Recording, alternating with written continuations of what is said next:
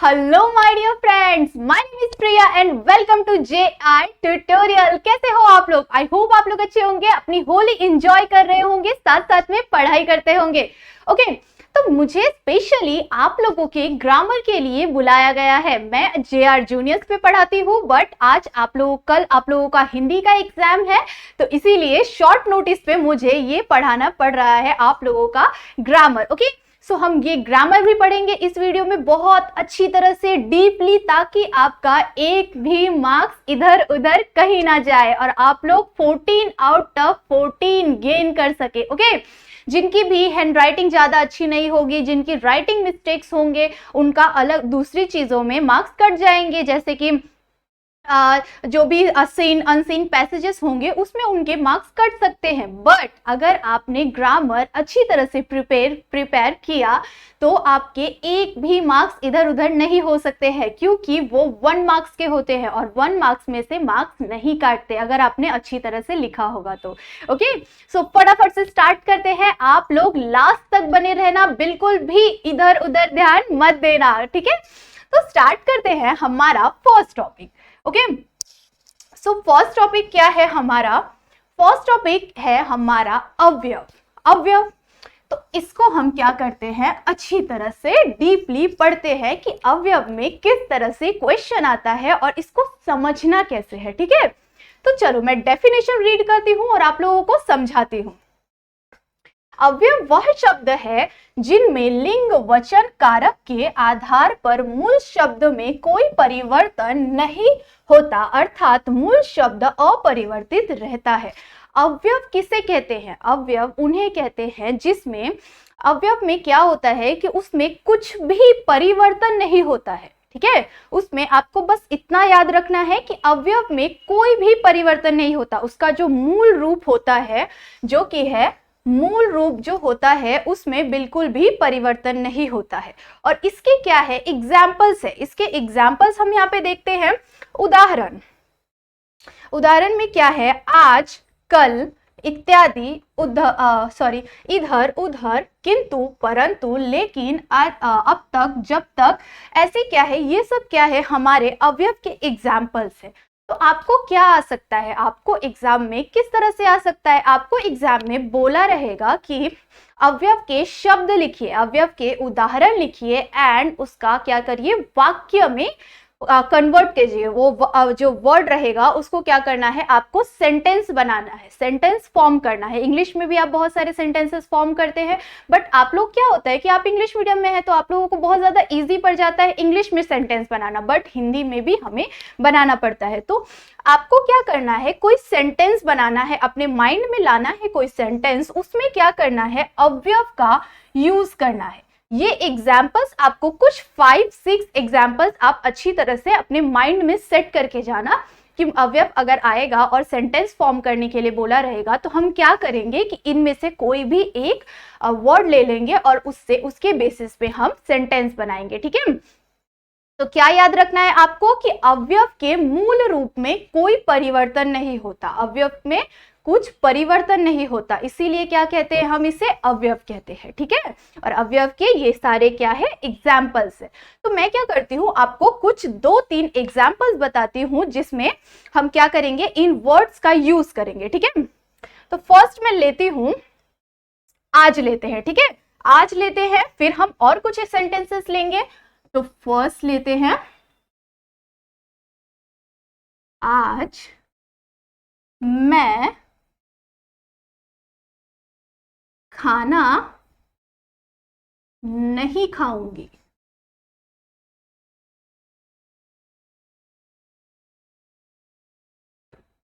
नहीं खाऊंगी,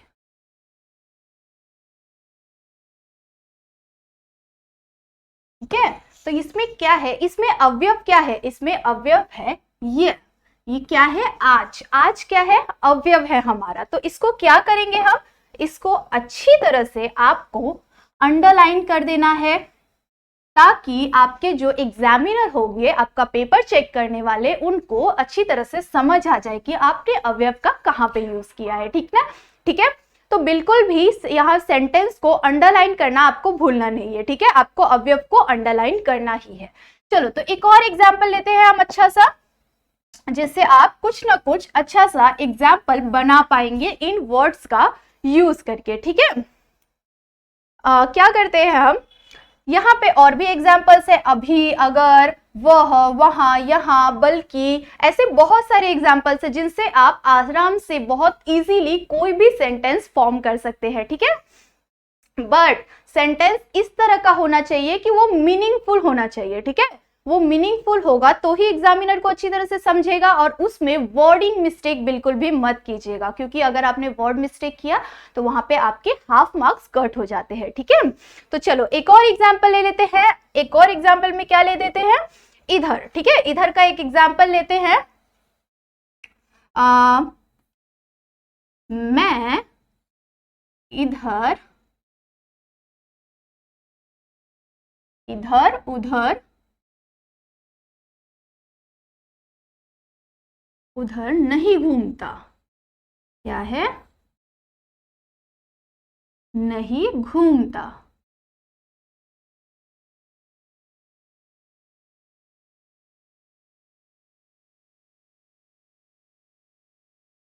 ठीक है, तो इसमें हमारा अवयव कौन सा है, अब इसमें तो हमारा अवयव है यहाँ पे इधर उधर, ये क्या है, हमारा अवयव है। तो इसको क्या करना है, हमें इसको अच्छी तरह से अंडरलाइन कर देना है। अंडरलाइन रहेगा तो एग्जामिनर को अच्छी तरह से दिखेगा, और हमारा सेंटेंस क्या है, मीनिंगफुल सेंटेंस है। मैं इधर उधर नहीं घूमता, वो क्या है, इधर उधर नहीं घूमता है, ठीक है। तो हो गया हमारा ये अवयव बहुत अच्छी तरह से क्लियर, और आई होप कि आप लोगों को भी बहुत अच्छी तरह से समझा हो। तो इनमें से आपको क्या करना है, इनमें से कोई भी 5, 6 आपको जितना हो पाए उतने वर्ड्स आप, एग्जाम्पल्स आप याद कर लेना, और अगर आपको याद रहेगा तो एग्जाम के टाइम पे आप क्या करेंगे, अच्छी तरह से सेंटेंस में फॉर्म कर पाएंगे। और हाँ, आपको अवयव पहचानने के लिए भी आ सकता है। आपको अवयव किस तरह से पहचानने के लिए आ सकता है कि आपको कोई सेंटेंस दिया रहेगा, ठीक है। मैं एक सेंटेंस बताती हूँ आपको, मैं कल वहां नहीं जाऊंगा, कल मैं वहां नहीं जाऊंगा, ठीक है। तो नहीं जाऊंगा, इस सेंटेंस में आपको अवयव ढूंढने के लिए बोला रहेगा। अगर आपको इसमें अवयव ढूंढने के लिए बोलेंगे तो आपको क्या करना रहेगा, इनमें से कौन सा वर्ड वहां पे यूज हुआ है। मैं वहां नहीं जाऊंगा, वहां, ये रहा, वहां कहां पे है, ये रहा। तो आपको क्या करना है, उस सेंटेंस में से आपका जो अवयव है उसको अंडरलाइन करके, मतलब कि आपको नीचे वो पूरा सेंटेंस लिखना पड़ेगा, एंड क्या करना पड़ेगा, जो आपका अवयव रहेगा उसको आप क्या करेंगे, अच्छी तरह से अंडरलाइन कर देंगे, ठीक है। तो इस तरह से आपका अवयव का क्वेश्चन अच्छी तरह से सॉल्व हो जाएगा, ठीक है। तो अब हम मूव होते हैं, हम आगे बढ़ते हैं हमारे नेक्स्ट पे। तो नेक्स्ट हम क्या करेंगे, ये बहुत ही ज्यादा इंपॉर्टेंट टॉपिक है संधि। इसके ऊपर आप लोगों को 2 मार्क्स के लिए भी क्वेश्चन आ सकता है, ठीक है। तो इसको क्या करते हैं, अच्छी तरह से सॉल्व करते हैं। सबसे पहले हम इसको समझते हैं कि किस तरह से संधि किस तरह से होता है, ठीक है, और उसके कितने प्रकार है, उसके क्या एग्जाम्पल्स है, ठीक है। तो सबसे पहले हमारा संधि, एक सेकेंड में मार्क कलर ले लेती हूँ, पेन। तो इसमें क्या है, संधि, संधि के 3 टाइप्स है। कौन कौन से टाइप्स है, स्वर संधि, व्यंजन संधि एंड विसर्ग संधि, ठीक है। ये क्या है, इसके संधि के टाइप्स है। तो हमें क्या करना है, ये सारे टाइप्स में से हमें कोई भी एग्जाम्पल आ सकता है। तो आप लोगों को मैं इस क्वेश्चन में बहुत ही अच्छा सा शॉर्टकट देने वाली हूँ। आप लोगों को बस इतना सा याद रखना है, आपको ये जो मैं शॉर्टकट अभी बताऊंगी उसको बस आपको ध्यान में रखना है, और अगर वो आपके ध्यान में रहा तो आपको संधि के कोई भी क्वेश्चन आए, कितना भी टफ आए, आप बहुत इजीली कर पाएंगे, ठीक है। तो चलो स्टार्ट करते हैं। सबसे पहले संधि को हम समझते हैं। ये रहा हमारा संधि। संधि में स्वर संधि, स्वर संधि क्या होता है, 2 स्वरों के मेल से उत्पन्न किया स्वर स्वर संधि कहलाता है। 2 स्वरों के मेल से जो बनता है उसे क्या बोलते हैं, स्वर संधि बोलते हैं। मीन्स की जैसे आइए, खाइए, हिमालय, ऐसे क्या है, ये 2 स्वर है। तो इसको क्या करना है, इसको 2 स्वरों के मेल से, 2 स्वरों को अगर हम मिलाएंगे तो जो बनेगा उसको क्या बोलते हैं, स्वर संधि बोलते हैं। तो चलो इसका एग्जाम्पल देख लेते हैं। तो फर्स्ट एग्जाम्पल लेते हैं, ये क्या है हमारा, हिम, ठीक है। ये क्या है हमारा, हिम प्लस आलय, ठीक है, हिम प्लस आलय मतलब कि हिमालय। शायद आप लोगों को नहीं दिख रहा होगा, तो ये देखिए मैं आप लोगों के लिए अच्छी तरह से लिख दी हूं कि ये क्या बन गया हमारा, हिम प्लस आलय का क्या बन गया, हिमालय बन गया, ठीक है। मतलब इसमें क्या हुआ, दो स्वर दिख रहे हैं आपको, हिम, हिम एक स्वर हो गया, आलय, आलय दूसरा स्वर हो गया, और इससे क्या बना हुआ, इससे हमें एक स्वर संधि मिला जो कि है हमारा क्या है, हिमालय, दो स्वरों के मेल से मिला हमें। अब क्या है हमारा सेकेंड एग्जाम्पल, सेकेंड एग्जाम्पल लेते हैं हम।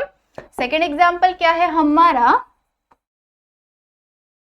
कदा, मैं लिख देती हूं आप लोगों के लिए, कदा प्लस आपी, कदापि, कदा प्लस आपी इज इक्वल्स टू कदापि। कदा और आपी इन दोनों के मेल से, इन दोनों स्वरों के मेल से क्या मिल गया हमें, कदापि मिल गया। तो आपको जब एग्जाम्पल लिखने के लिए बोला रहेगा कि स्वर संधि के एग्जाम्पल्स लिखो, ठीक है, आपको किसी भी तरह से क्वेश्चन आ सकता है, जैसे कि आपको आ सकता है कि स्वर संधि के एग्जाम्पल लिखो, तो आप आराम से ऐसे कोई भी एग्जाम्पल लिख सकते हैं जो भी आपको इजी लग जाए, ठीक है, वर्ड मिस्टेक नहीं होना चाहिए बिल्कुल भी। तो आपको जो भी वर्ड इजी लगता है वो आप लिख सकते हैं। पाठशाला, पाठ प्लस शाला, पाठशाला हो गया ना। ऐसे ही जैसे हिम प्लस आलय, हिमालय, तो ऐसे कोई भी वर्ड हम अच्छी तरह से बना सकते हैं, ठीक है। तो आपको इसमें क्वेश्चन किस तरह से आ सकता है, आपको डायरेक्ट एग्जाम्पल भी बोल सकते हैं लिखने के लिए, और आपको इस तरह से भी आ सकता है कि आपको दो स्वर दिया रहेगा, दो स्वर दिया रहेगा, जैसे कि कदा प्लस आपी आपको दिया रहेगा, ठीक है, आपको क्या दिया रहेगा, कदा प्लस आपी आपको दिया रहेगा, और आपको क्या बोला रहेगा, जो सामने का जो बॉक्स रहेगा उसको फिल करने के लिए बोला रहेगा, ठीक है, आपको सामने का बॉक्स फिल करने के लिए बोला रहेगा। तो उसमें आप क्या कर देंगे, इन दोनों के मेल से जो वर्ड बनता है क्या बनता है, कदापि, तो वो आपको अच्छी तरह से लिख देना है, ठीक है। ऐसे और भी एग्जाम्पल्स आ सकते हैं आपको, अगर आपको दो वर्ड्स दिए रहेंगे एंड ये आपको लिखने के लिए, फिल करने के लिए दिया रहेगा, तो आपको ऐसे 2 क्वेश्चंस आएंगे, ठीक है, एक रहेगा आपका हाफ मार्क्स का एंड एक और रहेगा आपका हाफ मार्क्स का, तो आपको दो हाफ हाफ मिला के क्या हो जाएगा, आपका 1 मार्क्स का क्वेश्चन बन जाएगा। और अगर आपको पूरा 1 मार्क्स के लिए आपको अगर एग्जाम्पल लिखने के लिए बोला रहेगा, तो आप कोई भी 2 एग्जाम्पल अपने मन से उसको अच्छी तरह से लिख के आ सकते हैं, ठीक है। बिल्कुल भी ऐड का सिंबल डालना भूलना नहीं है आपको कि कदा प्लस आपी, आप डायरेक्ट ऐसे लिख देंगे कि कदा आपी और इक्वल्स टू डाल के कदापि, नहीं, आपको अच्छी तरह से इसी तरह से लिखना है, ठीक है। तो चलो अब हम आते हैं हमारे सेकेंड एग्जाम्पल पे। आई होप कि आप लोगों को अच्छी तरह से समझ में आ गया हो।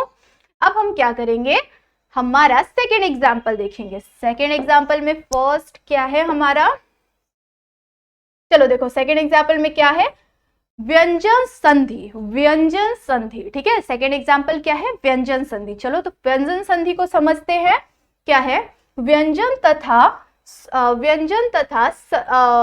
व्यंजन या स्वर, व्यंजन तथा व्यंजन या स्वर के मेल से जो उत्पन्न होता है उसे क्या बोलते हैं, व्यंजन संधि मिलते हैं। मीन्स की व्यंजन संधि किस तरह से बनता है, व्यंजन संधि व्यंजन एंड स्वर, व्यंजन एंड स्वर दोनों के मेल से जो बनता है उसे हम क्या कहते हैं, उसे हम व्यंजन संधि कहते हैं। तो व्यंजन संधि के एग्जाम्पल्स देखते हैं। चलो एग्जाम्पल में क्या है, दीक, ठीक है, ये क्या है, दीक। मैं आप लोगों को अच्छी तरह से लिख के बता देती हूँ, एक सेकेंड, जरा मैं इरेज कर लूँ इसको, ठीक है। तो अब हम करते हैं एग्जाम्पल। चलो देखो क्या है, दीक, दीक प्लस, सॉरी, गज, दीक प्लस गज, दीक प्लस गज हमें दिया हुआ है, ठीक है। तो दीक प्लस गज इक्वल्स टू दिग्गज, क्या बन गया, दीक प्लस गज इक्वल्स टू दिग्गज, ये बन गया हमारा। और उसके बाद क्या है सेकेंड एग्जाम्पल इसमें क्या है हमारा एक व्यंजन है और एक क्या है हमारा स्वर है। इन दोनों के मेल से हमें क्या मिल गया, व्यंजन संधि मिल गया। उसके बाद ये है हमारा एक और एग्जाम्पल, इसमें क्या है हमें दिया हुआ अज प्लस अंत। तो इसका क्या बन गया, अज प्लस अंत इक्वल्स टू अजंत। क्या बन गया, अज प्लस अंत इक्वल्स टू अजंत बन गया। तो इसमें क्या है, एक स्वर है और एक क्या है, व्यंजन है। ठीक है, तो सबसे अच्छी बात, इसको पहचानने का एक तरीका है। ओके, तो इसको पहचानने का ये तरीका है कि आपको जहां भी आपको अगर व्यंजन संधि का एग्जाम्पल लिखने बोला तो आप कोई भी एग्जाम्पल अच्छी तरह से लिख सकते हैं। जैसे कि मैंने 3 एग्जाम्पल्स आपको दिए हुए हैं। ये क्या है, अप प्लस ज इक्वल्स टू अब्बच। ठीक है, तो ये भी हमारा एक एग्जाम्पल हो गया। तो मैंने आपको 3 दिया हुआ है, अगर आपको खुद से एग्जाम्पल लिखने बोला तो आप इन तीनों में से भी लिख सकते हैं कोई भी, या तो आपके बुक्स में और दिए होंगे तो आप उनमें से कोई अच्छी तरह से याद करके जा सकते हैं। अगर आ गया तो बहुत अच्छी बात है, आप डायरेक्ट लिख सकते हैं। बट अगर आपको पहचानने के लिए आया तो आप कैसे पहचानेंगे और कि वो कौन सा संधि है, अगर आपको पहचानने के लिए आया तो कैसे पहचानेंगे वो मैं बताने जा रही हूँ। अगर आपको आया तो आप क्या देखेंगे, यहाँ पे ये जो सिंबल है, ये क्या है, ये जो सिंबल है मैं यहाँ मार्क करती हूँ दूसरे पेन से।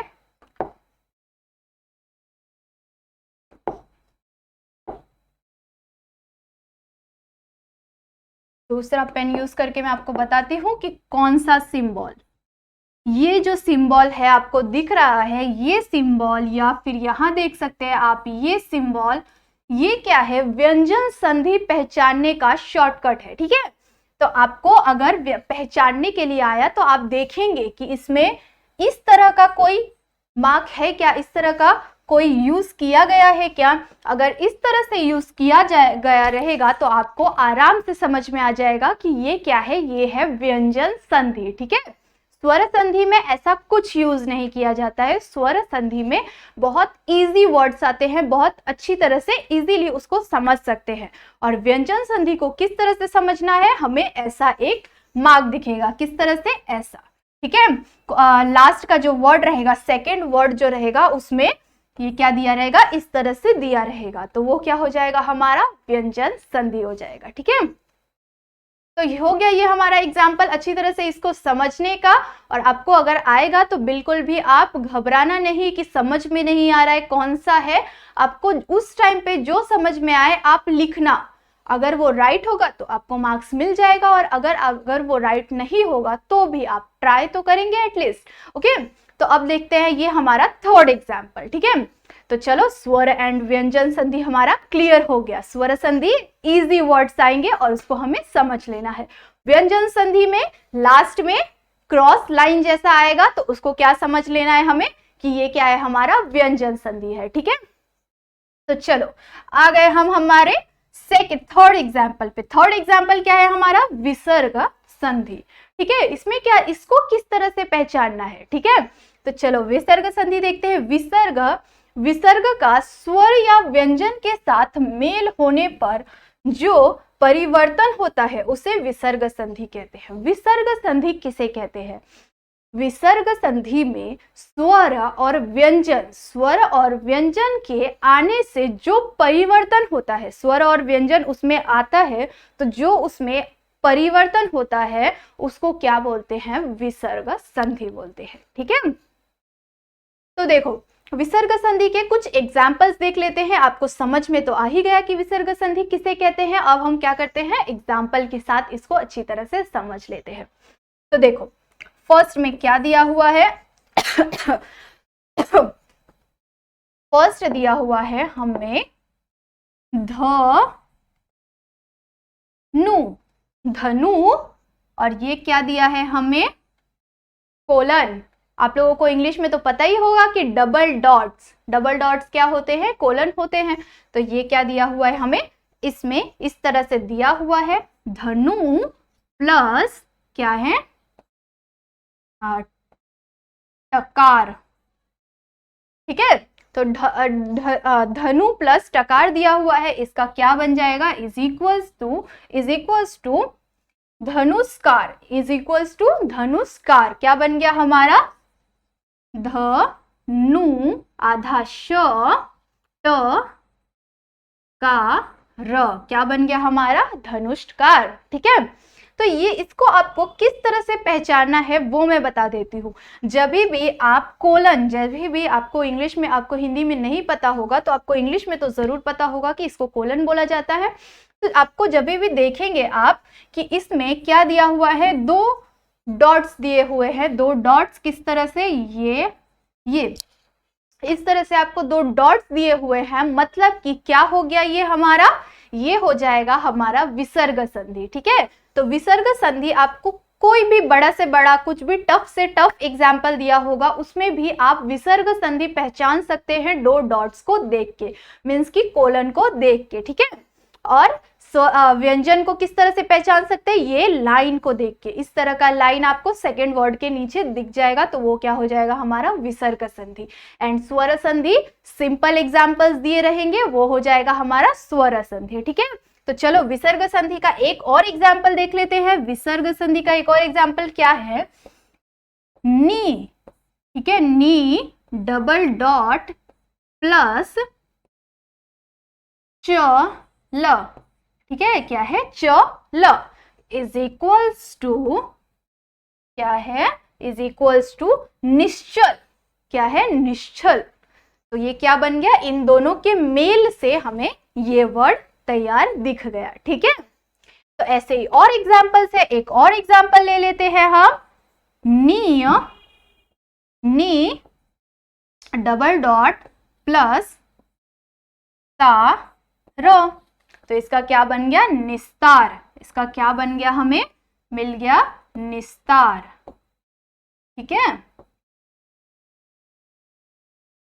ये इसका इन दोनों के मेल से हमें निस्तार मिल गया। और हमें पहचानना किस तरह से है, दो कोलन्स को देख के। और एग्जाम्पल आपको खुद से 2 या 3 एग्जाम्पल्स आपको लर्न करके जाना है। इसमें आपको किस तरह से क्वेश्चन आता है, इसमें आपको क्वेश्चन पहचानने के लिए भी आ सकता है कि आपको इस तरह से कोई दिया हुआ रहेगा, वर्ड्स दिए हुए रहेंगे आपको, और आपको बोला रहेगा कि ये कौन सा है, और इसका इधर का जो पार्ट रहेगा, इक्वल्स टू के बाद का जो पार्ट रहेगा वो ब्लैंक दिया रहेगा, और आपको इन दोनों के मेल से यहाँ का आंसर बनाना है। ठीक है। तो ऐसा क्वेश्चन आ सकता है, तो आपको समझ जाना है कि ये कौन सा संधि है, ये विसर्ग संधि है, क्योंकि इसमें दो डॉट्स है। तो तुरंत रिकॉल हो जाना चाहिए कि मैम ने बोला था कि 2 डॉट्स है, मीन्स कि क्या हो जाएगा, विसर्ग संधि है। ठीक है। तो आप आराम से इन दोनों के मेल से यहाँ पे एक अच्छा सा आराम से एक एग्जाम्पल बना सकते हैं। और याद रखना कि इसमें आपको आधा, मीन्स कि जैसे इसमें भी आधा स आया है, इसमें भी आधा स आया है, तो इस तरह के वर्ड्स ही आपको मिलेंगे। ठीक है। इस तरह के वर्ड्स ही फॉर्म होंगे, थोड़े से टफ होंगे बट इसी तरह के वर्ड्स फॉर्म होंगे। ठीक है। और इसमें क्या पहचाना है, व्यंजन में आपको ये समझ के रखना है। ठीक है। ये सिंबल समझ के रखना है कि ऐसे में ही हमें व्यंजन संधि मिल सकता है। एंड स्वर संधि बहुत इजी है। आई होप कि आप लोगों को ये अच्छी तरह से समझ में आ गया हो। और हाँ, मुझे पता है कि आप लोगों को यहाँ पे क्लियरली नहीं दिख रहा है, तो इसका अच्छी तरह से पीडीएफ फॉर्म में आपको हमारे पीडीएफ फॉर्म में आपको अच्छी तरह से नोट्स मिल जाएगा। ठीक है। तो चलो अब हम क्या करते हैं, हमारे नेक्स्ट एग्जाम्पल पे आ जाते हैं। ठीक है। तो चलो फटाफट से हमारा नेक्स्ट क्वेश्चन सॉल्व करते हैं। बहुत ज्यादा अच्छा सा क्वेश्चन, इसमें हम अच्छी तरह से मार्क्स गेन कर सकते हैं, और बहुत सारे बच्चों के लिए ये बहुत ज्यादा टफ है, बट अब से आपके लिए टफ नहीं होगा। ठीक है। तो चलो ये क्या है, हमारा पंक्चुएशन क्वेश्चन आपने देखा होगा इंग्लिश में। मैं आप लोगों को साथ साथ में इंग्लिश में भी बता रही हूँ और हिंदी में भी बता रही हूँ, ताकि आप अच्छी तरह से समझ पाए, क्योंकि इंग्लिश तो आपको अच्छी तरह से आता ही होगा, और मतलब छोटे छोटे वर्ड्स तो एटलीस्ट समझ में आए होंगे। तो चलो ये है हमारा, हम किस तरह से हमारे कॉमा, पूर्ण विराम, अपूर्ण विराम, इनको क्या बोलते हैं और इनको किस तरह से हमें यूज कर सकते हैं। ठीक है। तो चलो देखते हैं क्या है, हमें इसमें क्या एग्जाम्पल दिया हुआ रहेगा, कि आपको क्या दिया रहेगा, शब्द को क्या रहेगा इसमें, पूर्ण विराम चिन्ह का उपयोग करो। ठीक है, आपको अगर दिया रहेगा कि विराम चिन्ह पहचानो, विराम चिन्ह पहचानो, तो ये भी आपको आ सकता है। और विराम चिन्ह का उपयोग करके सेंटेंस ये वाक्य बनाओ, विराम चिन्ह का उपयोग करके वाक्य बनाओ। तो आपको 2 टाइप से क्वेश्चन आ सकता है। तो चलो हम दोनों टाइप से देखेंगे, अच्छी तरह से समझेंगे। तो फर्स्ट विराम चिन्ह क्या है, मैंने कुछ इंपॉर्टेंट लिए हुए हैं जो कि बहुत ज्यादा इंपॉर्टेंट है, इनमें से कोई आता है, ज्यादातर आता है, तो मैंने ऐसे ही कुछ लिए हुए हैं। ठीक है, तो देखो पूर्ण विराम, फर्स्ट क्या है, पूर्ण विराम। पूर्ण विराम का मतलब क्या होता है, पूर्ण विराम का मतलब होता है, ये मैंने आपको एग्जाम्पल दिया हुआ है। यहां से लेते हैं हम हमारा कलर और अच्छा सा एक कलर लेते हैं। होली है तो अच्छे अच्छे रंग बिरंगे कलर का यूज करके हम पढ़ेंगे, हमारी होली यहीं पे चलने वाली है। ठीक है, तो ये रहा हमारा एक एग्जाम्पल। ये क्या है, हमारा पूर्ण विराम है। पूर्ण विराम, पूर्ण विराम कैसा होता है, ये होता है हमारा पूर्ण विराम। ठीक है, तो इसको हम कब लगाते हैं, इसको हम कोई भी सेंटेंस जब पूरी तरह से कंप्लीट हो जाता है तब हम क्या करते हैं, पूर्ण विराम लगाते हैं। ठीक है, आपको ये वर्ड्स याद रखने हैं कि किसको पूर्ण विराम कहते हैं, किसको अपूर्ण विराम कहते हैं, किसको अल्प विराम कहते हैं, ऐसे वर्ड्स आपको याद करने पड़ेंगे। आई नो कि थोड़ा बहुत टफ है बट इजी है। ठीक है, मेरा भी 95 मार्क्स आया था हिंदी में, तो सोचो आप लोग कि इजी ही होगा, तभी तो मैंने भी 95 लाया था, तो आप भी ला सकते हैं बहुत इजीली, क्योंकि मैं ही तो आपको पढ़ा रही हूँ। ओके, तो चलो देखते हैं हमारा एग्जाम्पल, पूर्ण विराम का हम किस तरह से यूज कर सकते हैं। ठीक है, आज सुबह बहुत बारिश हुई, आज सुबह बहुत बारिश हुई, तो ये क्या है हमारा, ये है हमारा एक सिंपल सा सेंटेंस। क्या इसमें कोई क्वेश्चन पूछा है, नहीं पूछा हुआ है। इसमें कुछ एक्सप्रेशन दिया हुआ है क्या, रिएक्ट किया हुआ है क्या, नहीं किया हुआ है। ये क्या है, बहुत ही सिंपल सा क्वेश्चन। आज मैंने सुबह उठ के खाना खाया, आज मैंने बहुत दिनों के बाद नहाया। ऐसे क्या है, ये क्या है, हमारे सिंपल सेंटेंसेस है। तो इन सेंटेंसेस के लास्ट में क्या आता है, हमारा पूर्ण विराम आता है। क्या आता है, हमारा पूर्ण विराम आता है। ठीक है, तो जैसे ये क्वेश्चन, जैसे ये एक मैंने उदाहरण दिया है आपको, ऐसे बहुत उदाहरण आपको मिल सकते हैं, जैसे मैंने अभी आपको बताया भी है। तो आपको हमेशा याद रखना है सिंपल सेंटेंस। अगर आपको एग्जाम में दिया रहेगा कुछ, आपको कुछ सिंपल सेंटेंस दिया रहेगा, जैसे कि कल बहुत तेज बारिश आई थी, कल बहुत तेज बारिश आई थी, ऐसा आपको एक क्वेश्चन आ गया। तो आपको क्या बोला रहेगा कि इसमें आपको विराम चिन्ह का उपयोग करना है। ठीक है, और प्रश्न दोबारा से लिखिए। ठीक है, इस तरह से आपको दिया हुआ रहेगा। तो अगर आपको बोला रहेगा कि प्रश्न दोबारा से लिखिए, तो आपको दोबारा से जो अपने क्वेश्चन लिखा होगा उसको आपको क्या करना है, दोबारा से अच्छी तरह से लिखना है।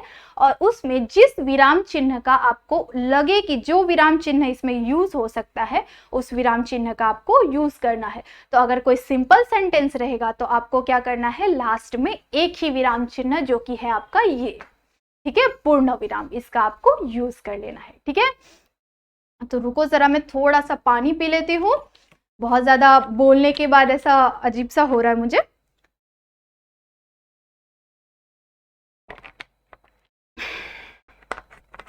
फिर हम फिर से अच्छी तरह से स्टार्ट करते हैं।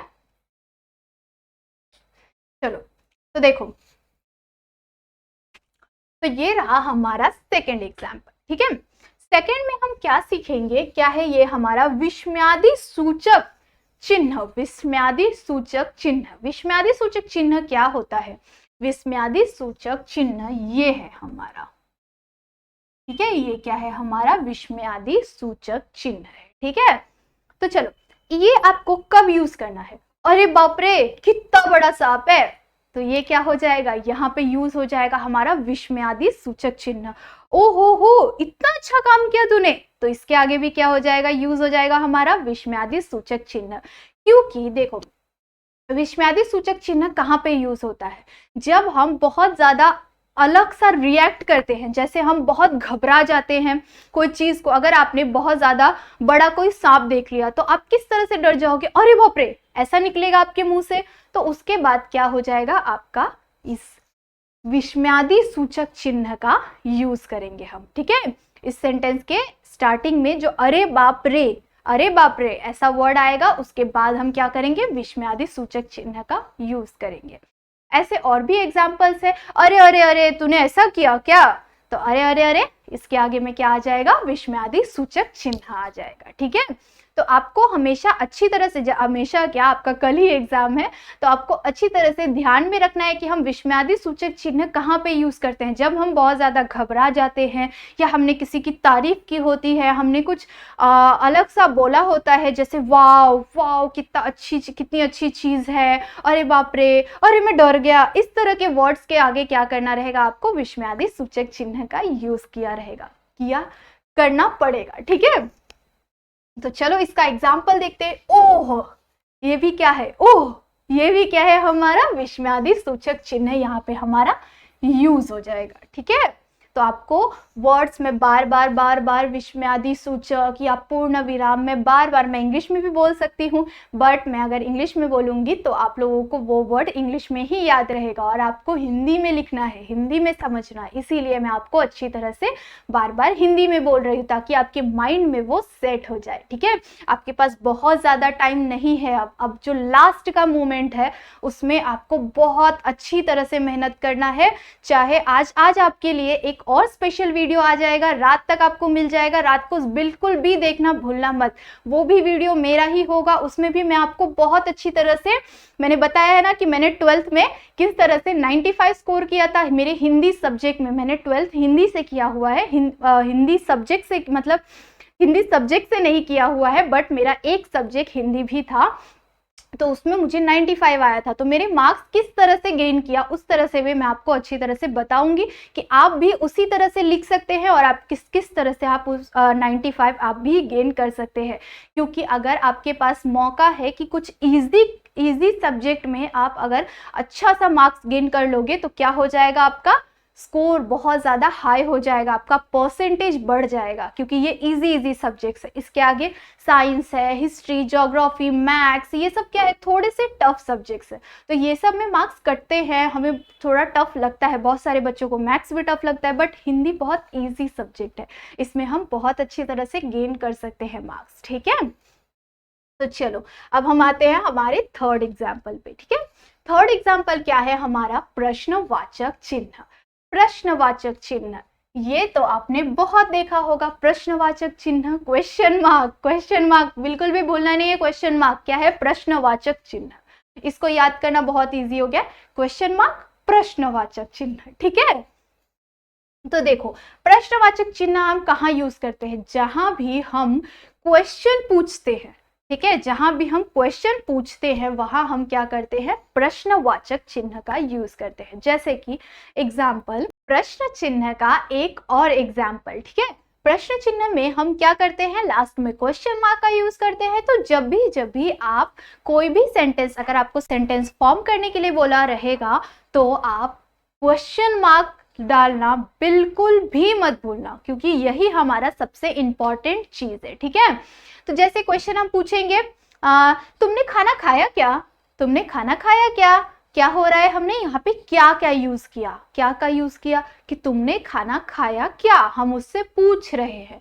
तो जब भी हम पूछते हैं मीन्स कि हम क्वेश्चन करते हैं, प्रश्न पूछते हैं, तो उसके लिए क्या हो जाता है हमारा, ये हो जाता है हमारा क्वेश्चन मार्क वाला क्वेश्चन, मीन्स कि प्रश्नवाचक चिन्ह का यूज करके हमें सेंटेंस फॉर्म करना है। जैसे मैंने यहाँ पे भी लिया हुआ है कुछ एग्जांपल्स, क्या मैं जाता हूँ, क्या मैं जाता हूँ, क्या वह पढ़ रहा था, क्या वह पढ़ रहा था, क्वेश्चन मार्क, क्या वह पढ़ रहा था।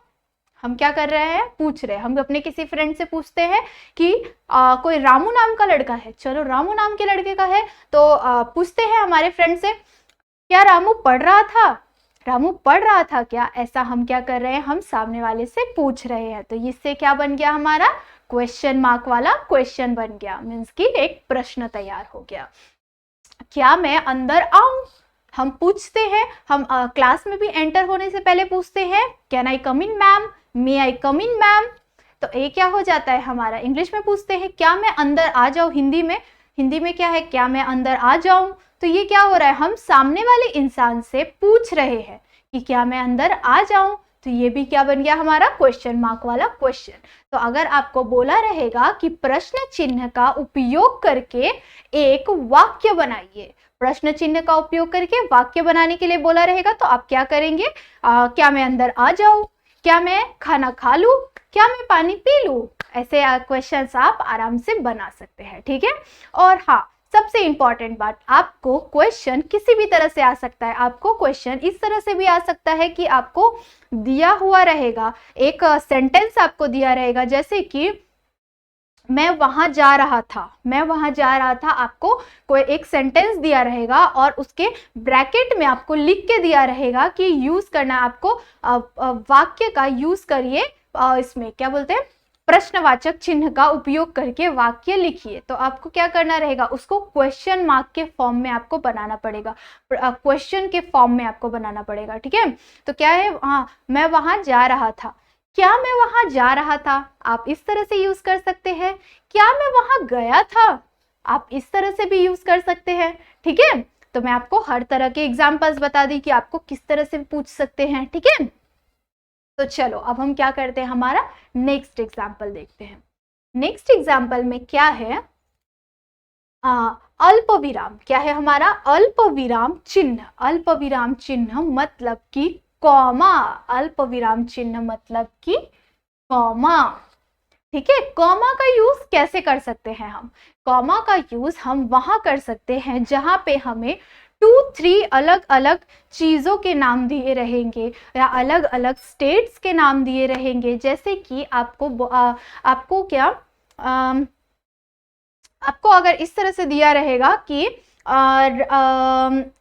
प्रश्न चिन्ह नहीं, अल्प विराम चिन्ह का उपयोग करके आपको एक वाक्य बनाना है, एक वाक्य बनाना है। तो आप क्या करेंगे, आप मेरे माइंड में बार बार प्रश्न चिन्ह आ रहा है क्योंकि मैं बहुत सारे एग्जांपल्स आपको प्रश्न चिन्ह के बताई हूँ, इसीलिए। तो ये क्या है हमारा अल्प विराम। तो अल्प विराम का यूज करके आपको एक वाक्य बनाना रहेगा। तो आप क्या करेंगे, हम कॉमा कहाँ पे यूज करते हैं, हम कॉमा वहां यूज करते हैं जहां पे हमें 3-4 वर्ड्स या 5-6 वर्ड्स दिए रहेंगे, तो उनके बीच में क्या आता है, कॉमा आता है। जैसे कि मैंने आम खाया, मैंने आम केला संतरा खाया, आम केला संतरा, इन तीनों के बीच में क्या आ जाएगा, कॉमा आ जाएगा। मैं घूमने गया था, कहाँ पे घूमने गया था, मैं राजस्थान मुंबई दिल्ली घूमने गया था।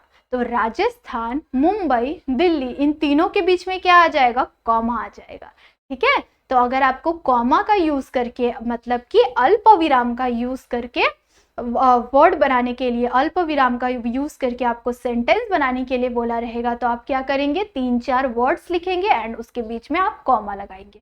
और अगर आपको ऑलरेडी क्वेश्चन दिया रहेगा और उसमें क्या बोला रहेगा कि उसमें आपको कॉमा का यूज करना है, तो मतलब कि अल्प विराम का यूज करना है, तो आप क्या करेंगे, तुरंत रिकॉल करेंगे कि हाँ, अल्प विराम का मतलब कॉमा होता है, ठीक है। तो आप क्या करेंगे, आपको जो सेंटेंस दिया रहेगा, आपको उसी तरह का सेंटेंस दिया रहेगा, आपको उस तरह का सेंटेंस दिया रहेगा, तो आपको तुरंत समझ में आ जाएगा कि यहाँ पे हाँ, मैं कॉमा यूज कर सकता हूँ। जैसे कि अगर आपको कोई सेंटेंस इस तरह से दिया रहेगा कि मेरे पास केला अनार सेब और अनानास है, अगर इस तरह का आपको सेंटेंस दिया रहेगा तो आपको इजीली समझ में आ जाएगा कि लास्ट में सिंपल सेंटेंस है, मतलब लास्ट में मुझे क्या यूज करना है, पूर्ण विराम यूज करना है, एंड इनके बीच में 3-4 वर्ड्स दिए हुए हैं, मतलब इनके बीच में मुझे क्या यूज करना है, अल्प विराम कॉमा का यूज करना है, ठीक है। तो चलो आ जाते हैं हमारे लास्ट वाले पे, सॉरी लास्ट नहीं है, लास्ट सेकंड है। तो ये क्या है, अर्ध विराम। क्या है ये, अर्ध विराम, ठीक है, सेमीकोलन, अर्ध विराम सेमीकोलन। सेमीकोलन क्या करते हैं, हम कहाँ पे यूज करते हैं, सेंटेंस में देख लेते हैं, जिसमें 2-3 सेंटेंसेस दिए हुए हैं, जैसे रात बीता, तो क्या आ गया हमारा, ये क्या आ गया हमारा, सेमीकोलन, मतलब कि अर्ध विराम का यूज करेंगे। रात बीता, अर्ध विराम, सुबह, सॉरी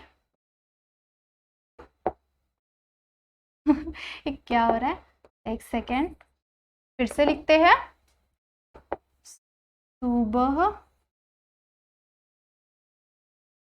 हुआ, क्या हुआ, सुबह हुआ। तो यहाँ पे भी क्या आ जाएगा हमारा, यहाँ पे भी आ जाएगा हमारा अर्धविराम। अर्धविराम मीन्स की सेमीकोलन। और कोयल गाना गाने लगी, कोयल गाना गाने लगी, मतलब कि रात बीता सुबह हुई कोयल गाना गाने लगी। ऐसे अगर सेंटेंसेस आपको अगर आ गए तो आप क्या करेंगे, किसका यूज करेंगे, अर्धविराम का यूज करेंगे। ठीक है, क्लियर। तो अब हम क्या करते हैं, हमारा लास्ट एग्जाम्पल देखते हैं। लास्ट एग्जाम्पल में क्या है, अपूर्ण विराम। अपूर्ण विराम, अपूर्ण विराम क्या है, कोलन। अपूर्ण विराम क्या है, कोलन। ठीक है, तो इसको हम कहाँ पे लगाते हैं, इसको हम कहाँ पे लगाते हैं, निम्नलिखित शब्दों के अर्थ लिखो। जैसे कि आपको कभी भी आप टेक्स्ट बुक ओपन करेंगे, टेक्स्ट बुक के आपको जब भी जहाँ पे क्वेश्चंस दिए रहेंगे वहां पे क्या दिया रहता है, निम्नलिखित शब्दों का एक वाक्य में उत्तर लिखिए।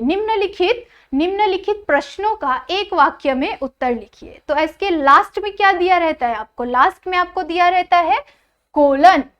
ठीक है, आपको लास्ट में कोलन दिया रहता है। तो ऐसे ही सेंटेंस आपको बनाना है। और अगर एग्जाम में ऐसा कोई सेंटेंस आ गया कि निम्नलिखित चीजों का यूज करके ये बनाइए, ऐसा करिए, तो इस तरह के अगर आपको क्वेश्चंस आ जाएंगे तो आप क्या करेंगे, समझेंगे कि ये क्या, इसमें क्या आ सकता है, इसमें हम किसका यूज कर सकते हैं, इसमें हम कोलन का यूज कर सकते हैं, मतलब कि अपूर्ण विराम चिन्ह का यूज कर सकते हैं। ठीक है, आई होप कि आप लोगों को ये सारे क्या है, हमारा फर्स्ट पूर्ण विराम एंड विस्मयादि सूचक चिन्ह, प्रश्न सूचक चिन्ह, उसके बाद क्या है अल्प विराम, अर्ध विराम एंड अपूर्ण विराम, ये सारे विराम के प्रकार आप लोगों ने अच्छी तरह से समझ लिया होगा। और अच्छी तरह से समझ आ गया तो इसे लिख भी लेना एंड बहुत अच्छी तरह से पढ़ लेना। ठीक है, तो चलो अब ये क्या है, हमारा बहुत इंपॉर्टेंट टॉपिक और थोड़ा सा बड़ा टॉपिक भी है, समझने के लिए ज्यादा टाइम भी चाहिए, बट मैं क्या करती हूँ कि मैं आप लोगों को इसको शॉर्ट में समझाने की कोशिश करती हूँ। ठीक है, तो शॉर्ट में हम इसको किस तरह से समझेंगे,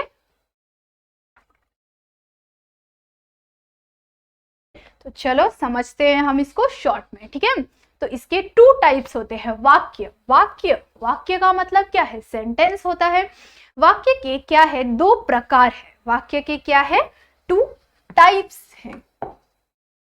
एंड टाइप ऑफ वाक्य इज, क्या है, वाक्य के टाइप्स कौन कौन से हैं, ये रहे हमारे वाक्य के टाइप्स। रचना के आधार पर एंड अर्थ के आधार पर। वाक्य के कितने टाइप्स है, वाक्य के टू टाइप्स है, रचना के आधार पर एंड अर्थ के आधार पर। रचना के आधार पर 3 टाइप्स है, रचना के आधार पर क्या है, 3 टाइप्स है। एंड अर्थ के आधार पर कितने टाइप्स है, 8 टाइप्स है। अर्थ के आधार पर कितने टाइप्स है, 8 टाइप्स है। फर्स्ट देखते हैं हम हमारा अर्थ के आधार पर। अर्थ के आधार पर कितने टाइप्स है, उनके हम क्या करते हैं, रीड करते हैं एक बार।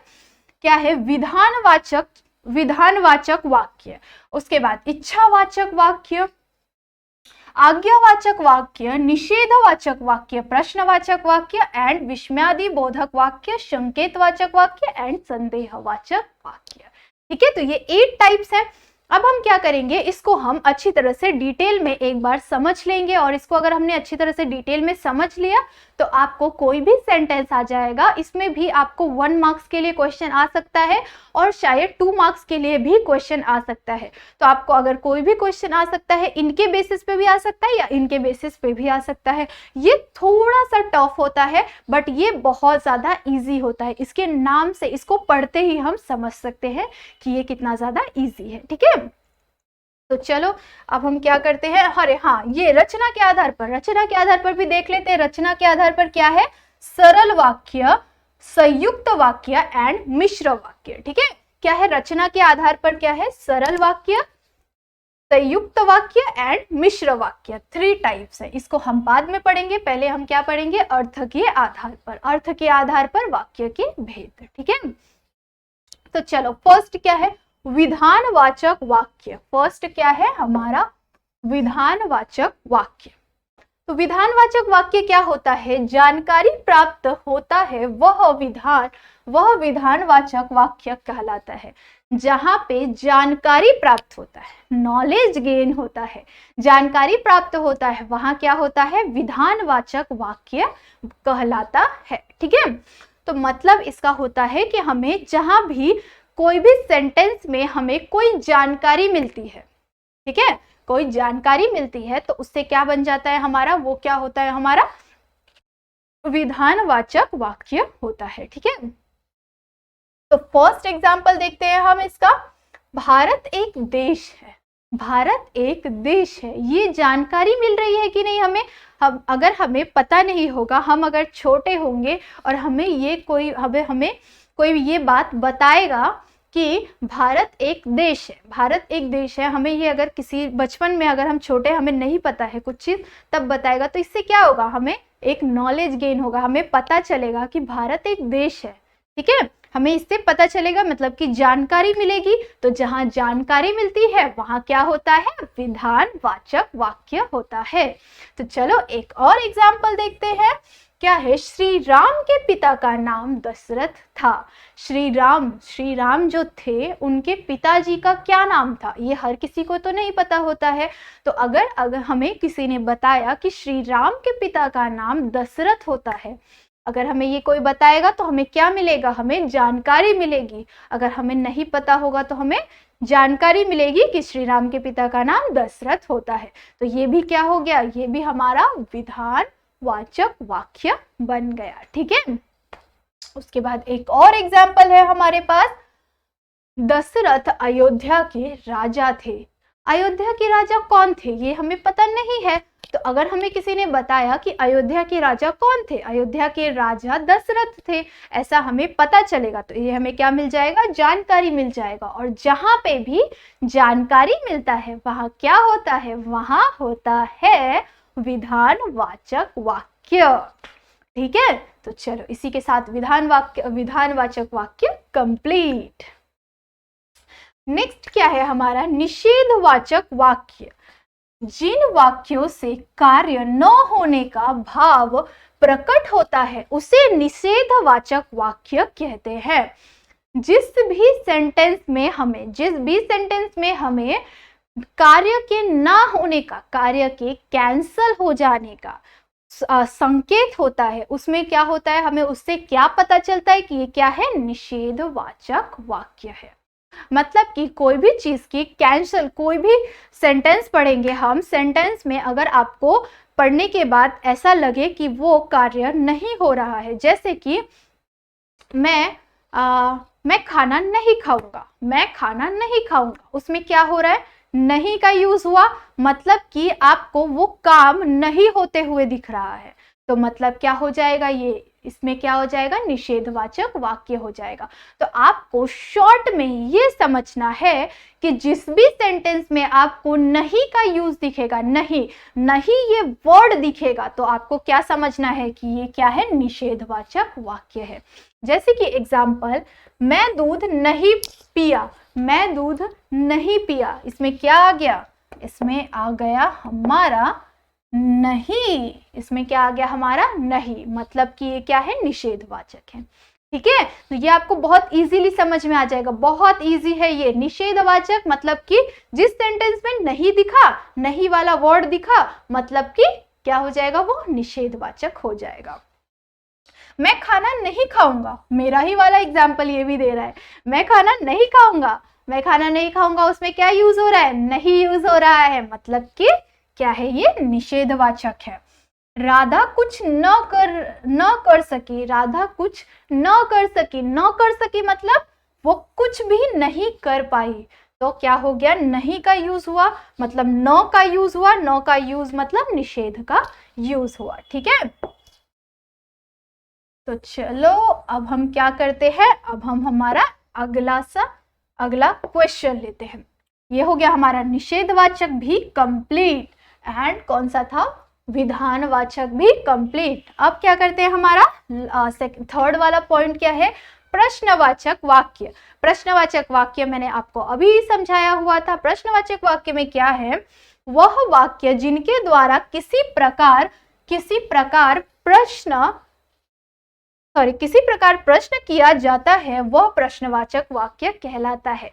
जिस भी सेंटेंस में आपको क्वेश्चन पूछे जाने का संकेत मिले, मतलब आपको ऐसा फील हो कि इसमें क्वेश्चन पूछा जा रहा है, तो वो क्या हो जाएगा, प्रश्नवाचक वाक्य हो जाएगा। जैसे मैं पानी लाके नहीं दूं, सॉरी इसमें नहीं होगा, मैं क्या बोलते क्वेश्चन पूछना रहेगा उसमें। तो जैसे क्या मैं अंदर आ जाऊं, क्या मैं खाना खा लूं, क्या मैं पानी पी लूं, क्या मैं पढ़ाई कर सकता हूं, क्या मैं पढ़ाई नहीं कर सकता, ऐसे क्या हो जाते हैं, हम इसमें क्वेश्चन मार्क यूज करते हैं। इसमें क्या हो जाता है, हमें क्वेश्चन पूछे जाने का संकेत मिलता है।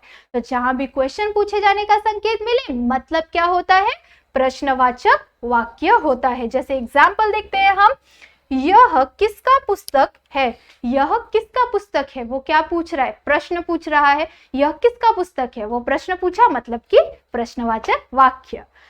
सेकंड क्या है, श्री राम के पिता कौन थे, श्री राम के पिता कौन थे, है कि नहीं ये क्वेश्चन, श्री राम के पिता कौन थे। आपसे अगर कोई पूछे तो क्या हो रहा है, वो आपसे क्वेश्चन पूछ रहा है, मतलब कि ये क्या हो गया, ये हो गया हमारा प्रश्नवाचक वाक्य।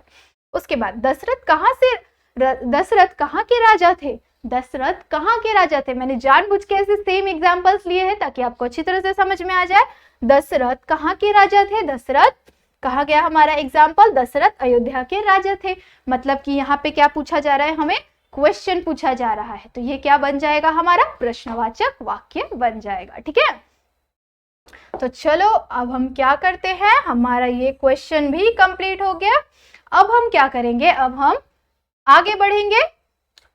इसमें हमने 3 सीखा, अब इसके आगे हम क्या सीखेंगे, और 1-2 और जो भी बचे खुचे होंगे, 8 थे, अब इसके आगे और भी बहुत सारे बचे हुए हैं, तो अब हम क्या करेंगे वो सीखेंगे। तो ये क्या है हमारा आज्ञावाचक वाक्य। आज्ञावाचक वाक्य मीन्स कि जिस भी सेंटेंस में मैं आपको शॉर्ट में समझा देती हूँ क्योंकि हमारे पास बहुत ज्यादा टाइम नहीं है, हमें और भी बहुत कुछ सीखना है। ठीक है, तो चलो मैं आपको फटाफट से शॉर्ट में बताने की कोशिश करती हूँ, क्योंकि आपको माइंड में सेट करके चलना है, आपको सेंटेंस नहीं लिखना है, माइंड में सेट करके चलना है कि कौन सा सेंटेंस पढ़ने से हमें क्या समझ में आ जाएगा। ठीक है, क्या है हमारा आज्ञावाचक वाक्य, मतलब जिस भी वाक्य में आपको कोई आज्ञा देने का, जैसे आपको कोई काम दे रहा है, कोई आज्ञा दे रहा है, उसको क्या बोलते हैं, आज्ञावाचक वाक्य बोलते हैं। देखिए जैसे कि वह वाक्य जिसके द्वारा किसी भी प्रकार का आज्ञा दी जाती है, किसी भी प्रकार की आज्ञा मीन्स की काम दिया जाता है, टास्क दिया जाता है, उसको क्या बोला जाता है, आज्ञावाचक वाक्य बोला जाता है। फॉर एग्जाम्पल सॉरी यहाँ से मैं कलर लेती हूँ, 1 सेकेंड। चलो देखो, वाक्य कहलाता है, उदाहरण क्या है हमारा, सदा सत्य बोलना चाहिए। क्या मिल रहा है हमें, उद्देश्य मिल रहा है। आज्ञा, उद्देश्य एंड अनुमति, इसको क्या बोला जाता है, इससे ही बना जाता है। और प्रार्थना, ये सारे क्या है हमारे आज्ञावाचक वाक्य के एग्जाम्पल्स है। जैसे कि यहाँ पे क्या है, सदा सत्य बोलना चाहिए, हमें कुछ उपदेश दिया जा रहा है, हमें कुछ बोला जा रहा है कि तुम ऐसा ऐसा करो। आज्ञा के जैसा ही हुआ ना ये कि तुम रोज 2 गिलास पानी पिया करो, तुम रोज 2 गिलास पानी पिया करो। हमें ये कोई बोल रहा है, मतलब कि हमें ये कोई आज्ञा दे रहा है। ठीक है, उसके बाद क्या है हमारा, एक गिलास पानी लाओ, 1 गिलास पानी लाओ। हमसे क्या बोल रहा है, हमें कोई बोल रहा है कि 1 गिलास पानी लाओ, मतलब कि वो हमको आज्ञा दे रहा है, 1 गिलास पानी लाओ। ठीक है, तो ये भी हमारा आज्ञा। मुझे अब चलना चाहिए, मुझे अब चलना चाहिए, वो क्या बोल रहा है, वो सामने वाले को बोल रहा है कि मुझे अब चलना चाहिए, मतलब उसको अब जाना है, तो वो भी क्या हो गया हमारा आज्ञावाचक में काउंट हो जाता है कि आज्ञावाचक वाक्य है। मुझे 1 दिन का अवकाश दे दीजिए, मुझे 1 दिन का अवकाश दे दीजिए, मतलब कि मुझे 1 दिन की छुट्टी दे दीजिए, तो ये भी क्या हो गया हमारा आज्ञावाचक में आ जाता है। ठीक है, तो चलो अब हमारा क्या है, हमारा एक और एग्जाम्पल है जो कि है विस्मयादि बोधक चिन्ह। विस्मयादि बोधक क्या है, वह वाक्य जिनसे किसी प्रकार की गहरी अनुभूति का प्रदर्शन किया जाता है उसे क्या बोला जाता है, उसे विस्मयादि बोधक बोला जाता है। विस्मयादि बोधक में आपको ऐसे ही वर्ड्स आते हैं जैसे कि ओ हो, वाव, अरे अरे अरे ऐसा किया क्या तूने। तो ऐसे ही वर्ड्स, क्या ऐसे ही सेंटेंसेस आपको दिखेंगे तो आपको क्या समझ में आ जाएगा कि इसमें क्या है, विस्मयादि बोधक है। और विस्मयादि बोधक में ये क्या होता है, हमारे उसके एग्जाम्पल्स देख लेते हैं हम कुछ। क्या है हमारा एग्जाम्पल, गहरी वाक्य कहलाता है उदाहरण, वहां, ये क्या है, वहां कितना सुंदर उपवन है, वहां कितना सुंदर उपवन है, मतलब उपवन का मतलब गार्डन जो होता है वो। तो वहां कितना सुंदर उपवन है, वहां क्या हो गया, वहां क्या हो जाता है, वहां के आगे हम क्या करेंगे, एक्सक्लेमेशन मार्क का यूज करेंगे, मीन्स कि विस्मयादि सूचक चिन्ह का उपयोग करेंगे, जैसे कि वहां, आह कितना, क्या है, आहा, एक सेकेंड, चलो स्टार्ट करते हैं। आहा कितना सुंदर उपवन है। तो ये क्या हो गया, ये हो गया हमारा विस्मयादि सूचक चिन्ह। इसमें हमें इस सेंटेंस में विस्मयादि सूचक चिन्ह का बोध होता है। उसके बाद ओह कितना ठंडी रात है, ओह कितनी ठंडी रात है। तो इसमें भी क्या हो गया हमारा, ओह के आगे क्या हो जाएगा, हमारा एक्सक्लेमेशन मार्क आ जाएगा, मीन्स कि विस्मयादि सूचक चिन्ह आ जाएगा, ओह कितनी ठंडी रात है। ठीक है, तो ऐसे ही वर्ड्स अगर हमें आएंगे, अरे बाप रे कितना बड़ा है, अरे बाप रे कितनी बड़ी गाड़ी है, अरे बाप रे ऐसे कैसे हो गया। तो ऐसे वर्ड्स के आगे क्या हो जाएगा, क्या लग जाएगा, हमें क्या हो जाएगा, एक्सक्लेमेशन मार्क लग जाएगा, एंड वो क्या कहलाएगा, विस्मयादि सूचक चिन्ह कहलाएगा। चलो, तो ये भी हमारा हो गया कंप्लीट। और अब हम बढ़ते हैं हमारे आगे के शब्दों पे, क्वेश्चंस पे। क्या है, इच्छावाचक वाक्य। इच्छावाचक वाक्य, जिस भी वाक्य में हमें कोई इच्छा प्रकट करते हैं, मीन्स कि अपने अंदर की इच्छा, मीन्स कि मुझे काश मैं बहुत बड़ा यूट्यूबर बन गया होता, काश मैं अंबानी के घर में पैदा हुआ होता। तो ऐसे कुछ रहेंगे, ये सब क्या है, हमारी इच्छाएं हैं, है कि नहीं, ये सब हमारी इच्छाएं हैं। तो वो क्या हो जाता है, वो हो जाता है हमारा इच्छावाचक वाक्य। चलो देखते हैं, इच्छावाचक वाक्य में किसी इच्छा, आकांक्षा या आशीर्वाद का बोध होता है, उसे इच्छावाचक वाक्य कहते हैं। इच्छावाचक वाक्य में क्या होता है, किसी भी इच्छा, मीन्स कि कोई भी हमें अंदर से कोई इच्छा का बोध होता है, जैसे कि मैंने अभी आपको एग्जांपल दिया था कि काश मैं अंबानी का बेटा होता।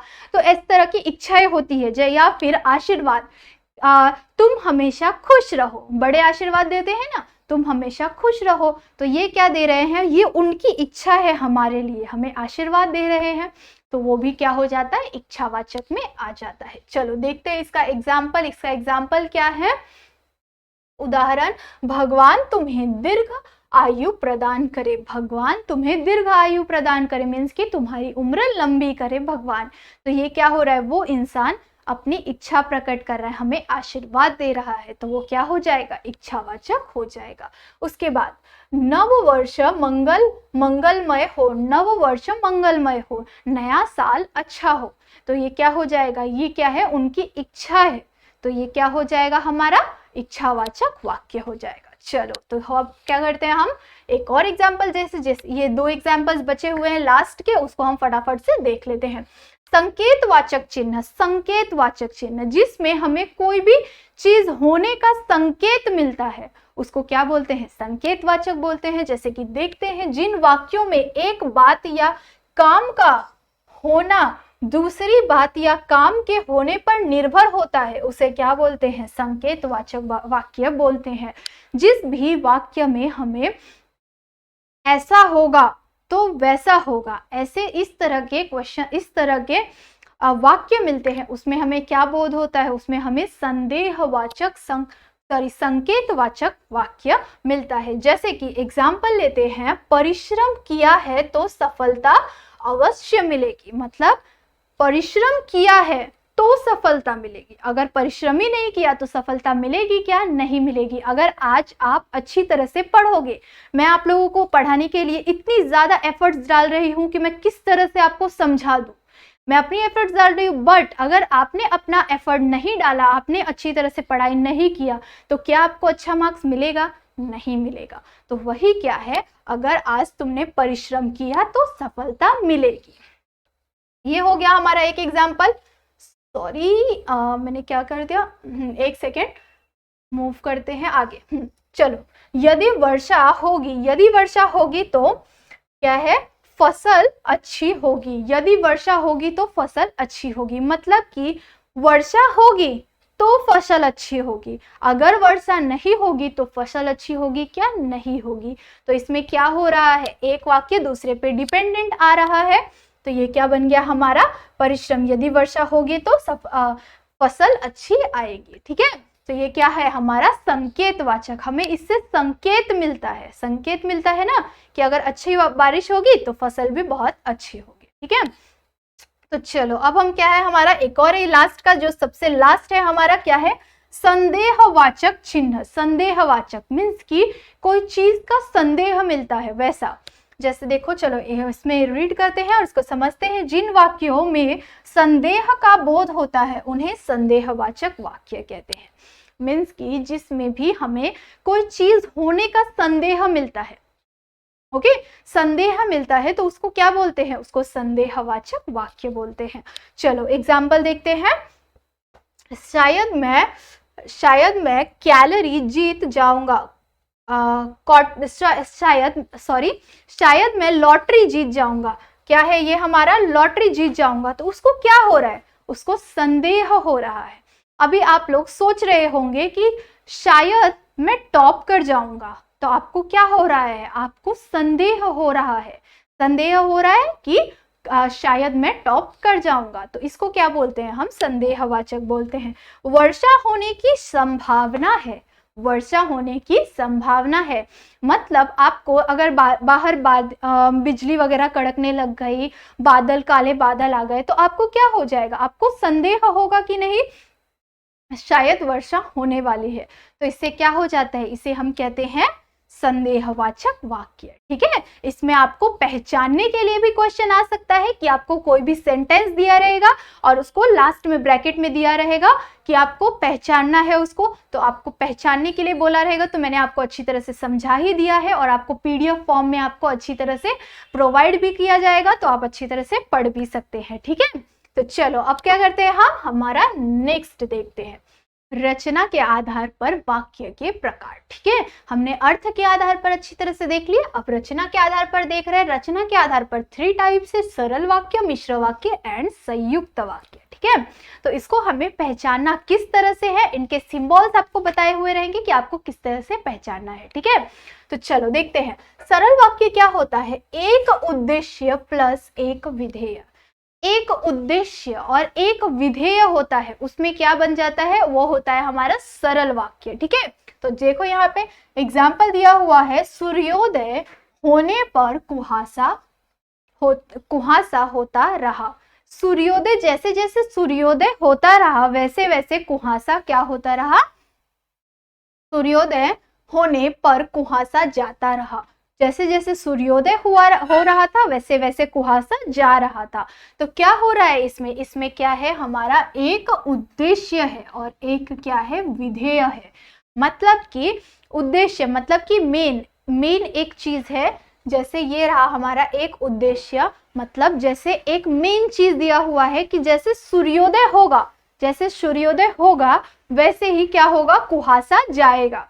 ठीक है, तो इसमें एक उद्देश्य और एक विधेय दिया है। जब भी आपको ऐसा सेंटेंस दिखेगा कि उसमें एक मेन चीज दिया रहेगा कि मीन्स पानी आ रहा है तो सब जी रहे हैं, ऑक्सीजन मिल रहा है तो सब जी रहे हैं। तो ऑक्सीजन क्या है हमारा, ऑक्सीजन हमारा उद्देश्य हो जाएगा, सब जी रहे हैं मतलब वो क्या हो जा रहेगा, हमारा विधेय हो जाएगा। तो चलो ये हो गया हमारा सरल वाक्य कंप्लीट। अब क्या करते हैं हम, हमारा मिश्र वाक्य पे आते हैं। मिश्र वाक्य, मिश्र वाक्य किस तरह से पहचानना है, प्रधान उपवाक्य प्लस आश्रित। प्रधान उपवाक्य, एक वाक्य हमें दिया रहेगा जो मेन रहेगा, मेन एक वाक्य रहेगा और उस पे डिपेंडेंट दूसरा वाक्य रहेगा। ठीक है, तो देखो यहाँ पे क्या है, जैसे ही सूर्योदय हुआ, जैसे ही सूर्योदय हुआ वैसे ही कुहासा जाता रहा, वैसे ही कुहासा जाता रहा। तो इसमें क्या हो रहा है, एक वाक्य दूसरे पे डिपेंडेंट है कि नहीं। अगर सूर्योदय ही नहीं होगा तो कुहासा जाएगा क्या, नहीं जाएगा। तो वैसे ही क्या हो रहा है, इसमें एक वाक्य दूसरे पे डिपेंडेंट है, मतलब प्रधान उपवाक्य प्लस आश्रित वाक्य। प्रधान क्या है, एक वाक्य है और उस पे आश्रित, उस पे डिपेंडेंट दूसरा वाक्य है। ठीक है, आई होप कि अच्छी तरह से आप लोगों को समझ में आ गया हो। तो ये क्या है, हमारा प्रधान उपवाक्य और ये आश्रित वाक्य। ठीक है, इसमें आपको कैसे कैसे किस वर्ड्स, कैसे कैसे वर्ड्स आएंगे वो मैं आपको बता देती हूँ। देखो यहाँ पे जैसे वैसे ऐसे वाक्य आएंगे, जैसे कि जो वह जितना उतना, जैसे वैसे, जब तब, वहाँ जहाँ वहाँ, अगर, यदि आदि। ऐसे वर्ड्स आपको दिखेंगे दो वाक्यों के बीच में। अगर आपको ऐसे वर्ड्स दिखेंगे, जैसे कि यहाँ पे देखो, यहाँ पे इन दोनों को जोड़ने वाला, इन दोनों वाक्यों को, जैसे देखो यहाँ पे, जैसे ही सूर्योदय हुआ वैसे ही कुहासा जाता रहा। तो ये दो वाक्य क्या हो रहे हैं, ये दो शब्द इसको क्या कर रहे हैं, जोड़ रहे हैं। ठीक है, तो अगर आपको जैसे वैसे, कि, यदि, यदि, कि, जो, वह, जितना उतना, ऐसे ऐसे वर्ड्स दिखेंगे आपको अगर बीच में और स्टार्टिंग में, तो आप कैसे समझ सकते हैं, इस तरह से आप समझ सकते हैं। ठीक है, जैसे कि मैं आपको एक और एग्जांपल देती हूँ। जितना ही खाना खाओगे उतना ही वजन बढ़ेगा, जितना ही खाना खाओगे उतना ही वजन बढ़ेगा। अगर आपको ये सेंटेंस दिया रहेगा तो आप कैसे पहचानेंगे कि ये कौन सा वाक्य है। आपको तुरंत समझ में आ जाना चाहिए कि स्टार्टिंग में क्या है, जितना, और बीच में क्या है, उतना। मतलब कि ये क्या है, मिश्रित वाक्य है और एक दूसरे पे क्या है, डिपेंडेंट है। ठीक है, तो चलो समझ में आ गया होगा आप लोगों को। अब क्या करते हैं, हमारा थर्ड देखते हैं, संयुक्त वाक्य। संयुक्त वाक्य मीन्स कि जुड़ा हुआ वाक्य। चलो देखते हैं यहाँ पे, सरल वाक्य प्लस सरल वाक्य। एक सिंपल सेंटेंस और दूसरा सिंपल सेंटेंस, दो सिंपल सेंटेंस जुड़े हुए रहेंगे, उसको क्या बोलते हैं, हम संयुक्त वाक्य बोलते हैं। ठीक है, एग्जाम्पल देखते हैं, सूर्योदय हुआ और कुहासा जाता रहा। सूर्योदय हुआ तो क्या हुआ, कुहासा जाता रहा, मतलब कि सूर्योदय हुआ और कुहासा जाता रहा। तो इसमें क्या है, इसमें ये भी एक सरल वाक्य है और ये भी क्या है, एक सरल वाक्य है। ठीक है, ये भी सिंपल वाक्य है ना, सिंपल सेंटेंस। जैसे कि यहाँ पे सिंपल सेंटेंस है, वैसे ही यहाँ पे भी क्या है, दो सिंपल सेंटेंस है, बट उन दोनों के बीच में जो यूज किया हुआ वर्ड है वो क्या है, वो है हमारा संयुक्त वाक्य। वो उन दोनों को जोड़ रहा है, वो उन दोनों को क्या कर रहा है, जोड़ रहा है। तो ऐसे ही जोड़ देने वाले वर्ड को क्या बोलते हैं, हम संयुक्त वाक्य बोलते हैं। हमें सेंटेंस में इसी तरह के वर्ड्स दिए रहेंगे और हमको क्या करना है, पहचानना है कि ये क्या है, संयुक्त वाक्य है या मिश्र वाक्य है या सरल वाक्य है। तो अगर आपको और दिखेगा, एवं दिखेगा, तथा, या, अथवा, इसीलिए, फिर भी, किंतु, परंतु, लेकिन, पर, अंत, तो, नहीं, ऐसे वर्ड्स अगर आपको दिखेंगे बीच में, दो वाक्यों के बीच में अगर आपको ऐसे वर्ड्स दिखेंगे तो आप क्या समझेंगे, आप समझेंगे कि ये क्या है, संयुक्त वाक्य है। ठीक है, तो चलो ये भी हो गया हमारा कंप्लीट अच्छी तरह से कि सरल वाक्य क्या होता है, मिश्र वाक्य क्या होता है एंड संयुक्त वाक्य क्या होता है। और इसके नीचे जो भी एग्जाम्पल्स है ये बहुत इंपॉर्टेंट है, इसके अलावा आप नहीं कर सकते हैं ये क्वेश्चन सॉल्व, इसके अलावा आप नहीं कर सकते हैं। तो इनको याद रखना, इस वर्ड्स को याद रखना, एग्जाम्पल्स को याद रखना बहुत इंपॉर्टेंट है। आपको जो पीडीएफ प्रोवाइड किया जाएगा उसको आप लर्न कर लेना, अच्छी तरह से याद कर लेना, पढ़ लेना, ठीक है। चलो अब क्या करते हैं, हमारा नेक्स्ट देखते हैं। नेक्स्ट क्या है हमारा, बहुत इजी सी चीज है बट इसमें मिस्टेक भी बहुत करते हैं। क्या है हमारा, वाक्य को शुद्ध करना, ठीक है। हमें अशुद्ध वाक्य दिया रहेगा। अशुद्ध वाक्य मतलब क्या होता है कि हमें रॉन्ग सेंटेंस दिया रहेगा, रॉन्ग सेंटेंस दिया रहेगा एंड हमें क्या बोलेंगे कि वाक्य को शुद्ध करके लिखिए। वाक्य को शुद्ध करके लिखने बोलेंगे मतलब कि आपको क्या करना है, वाक्य को राइट करना है। अब उसमें अशुद्ध क्या हो सकता है, अशुद्ध उसमें कोई भी वर्ड हो सकता है, कोई भी मात्राएं हो सकती है, कोई जगह का उलटफेर हो सकता है। तो ये सारे क्या हो सकते हैं, उसमें रॉन्ग थिंग्स हो सकते हैं और उस रॉन्ग थिंग्स को क्या करना है, हमें निकालना है या फिर उसको अच्छी तरह से जोड़ के सेंटेंस बनाना है, ठीक है। चलो मैंने यहाँ पे कुछ एग्जाम्पल्स लिए हुए हैं, उसको पढ़ते हैं एंड उसके शुद्ध वाक्य पढ़ के समझते हैं। मोहन मेरा अनुज भाई है। मोहन मेरा अनुज भाई है। अनुज किसको बोला जाता है, अनुज बोला जाता है बड़े या तो फिर छोटे भाई को अनुज बोला जाता है, शायद से छोटे भाई को बोला जाता है, आई डोंट नो, बट अनुज छोटे या बड़े भाई को बोला जाता है। तो चलो यहाँ पे देखते हैं क्या है इसका शुद्ध वाक्य। ये हमें क्या दिया हुआ है, अनुज मोहन मेरा अनुज भाई है, ठीक है। अब इसका शुद्ध वाक्य क्या हो जाएगा, मोहन मेरा अनुज भाई है। मोहन मेरा अनुज है, अनुज है, मोहन मेरा अनुज है। इसमें से क्या आपको गायब दिख रहा है, इसमें से आपको ये गायब दिख रहा है, ठीक है। तो ये क्या हो गया, हमें यहाँ पे शुद्ध वाक्य मिल गया, ठीक है। उसके बाद सेकेंड एग्जाम्पल क्या है, इस पुस्तक की यही अच्छाई है, सॉरी, ठीक है। इस पुस्तक की यही अच्छाई है। तो यहाँ पे हमें शुद्ध वाक्य क्या मिल जाएगा, इस पुस्तक की यही विशेषताएं है। क्या मिल जाएगा हमें, शुद्ध वाक्य क्या मिल जाएगा, इस पुस्तक की यही विशेषताएं है। उसकी अच्छाई क्या किया उन्होंने, हटाया, और क्या किया वहां पे यूज, क्या किया उन्होंने, विशेषताएं यूज किया, ठीक है। ऐसे और एग्जाम्पल्स हैं। राम और मोहन घोर मित्र है। राम और मोहन घोर मित्र है। उसको क्या किया यहाँ पे, अच्छी तरह से लिखा, राइट, उसको सेंटेंस को शुद्ध करके मीन्स कि उसको राइट करके लिखा। किस तरह से, राम और मोहन घनिष्ठ मित्र है। राम और मोहन क्या है, घनिष्ठ मित्र है, मीन्स कि पक्के फ्रेंड है, ठीक है। ऐसे बहुत सारे एग्जाम्पल्स हैं। इन एग्जाम्पल्स को आप क्या करेंगे, अच्छी तरह से रीड करेंगे और समझ लेंगे कि अशुद्ध वाक्य को शुद्ध किस तरह से हमें करना है, ठीक है। चलो अब हम क्या करते हैं, आगे